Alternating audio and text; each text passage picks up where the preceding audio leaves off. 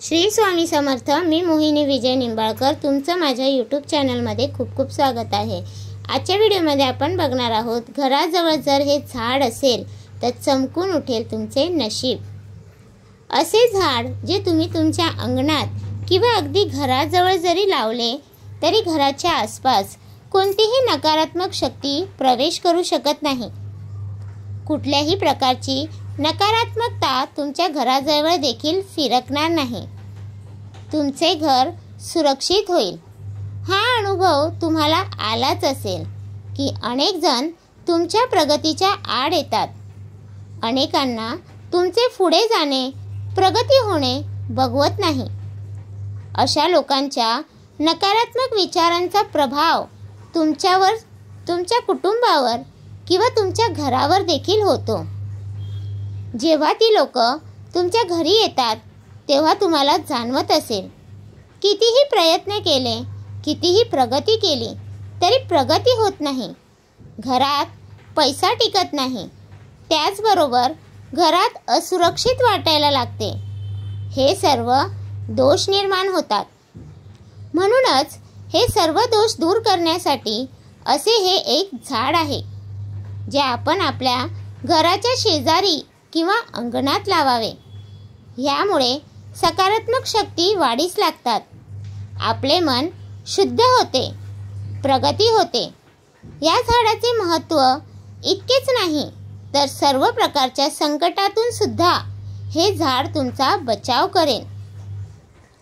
तुमच्या जीवनात काही संकट आलेली असतील तर त्यांना सामोरे जाण्यासाठी ताकद तुम्हाला देईल।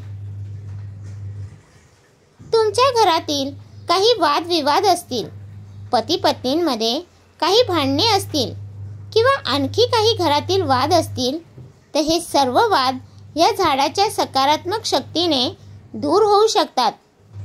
थोडक्यात सकारात्मक शक्ती मोठ्या प्रमाणात वाढवण्याचे काम हे झाड करते।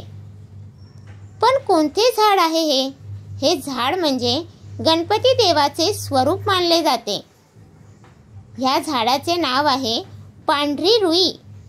अनेक जण ह्याला मंदार वृक्ष या नावाने देखील ओळखतात। असे हे पांढऱ्या रुईचे झाड आपण आपल्या घराजवळ नक्की लावावे। अशा झाडात गणपती बाप्पांचा वास असतो असे म्हटले जाते। गणपती बाप्पा हे 64 कलांचे अधिपती आहेत। त्यामुळे प्रामाणिक कष्ट करणाऱ्या लोकांना गणपती बाप्पा नेहमीच चांगले फळ देतात। आपण गणपती बाप्पाची कशी पूजा करतो त्याच प्रकारे या झाडाची देखील पूजा आपण करायची आहे। जशी तुळशीची पूजा करतो तशा पद्धतीने पूजा केली तरी चालेल। यामुळे घरात सकारात्मक शक्ती निर्माण होते। शास्त्र असे सांगते की आपण कपभर दूध आपण पांढऱ्या रुईला अर्पण करावे। ज्यांना शक्य नसेल त्यांनी कपभर पाणी घेऊन त्यात दुधाचे 2 थेंब टाकावेत आणि असे दूध मिश्रित पाणी आपण त्या झाडाला घालावे। श्रद्धापूर्वक आपण त्या रुईच्या झाडाला पाणी अर्पण केले तर रुईचे झाड आपल्याला चांगलीच फळे अर्पण करते। त्यामुळे तुमच्या घरावर कोणतेही प्रकारचे संकट आले तर त्यापासून गणपती बाप्पा तुमचे रक्षण करतात। असे हे झाड आहे।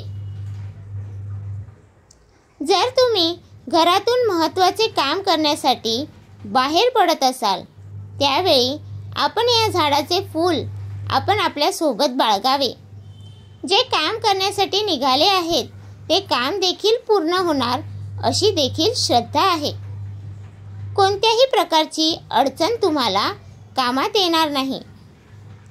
तुम्हाला तुमच्या पैशाची आवक जर वाढवायची असेल तर तुम्ही ज्या ठिकाणी तुमचे पैसे ठेवतात त्या ठिकाणी आपण ह्या रुईच्या झाडाचे फूल आणि तुळशीचे पान आपण नित्य नियमाने ठेवा।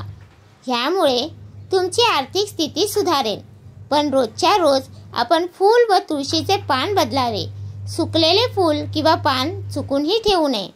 तर तुम्हाला हा माझा व्हिडिओ कसा वाटला प्लीज कमेंट करून नक्की सांगा। व्हिडिओ आवडल्यास लाईक, कमेंट, शेअर करा आणि चॅनलला सबस्क्राईब करायला विसरू नका।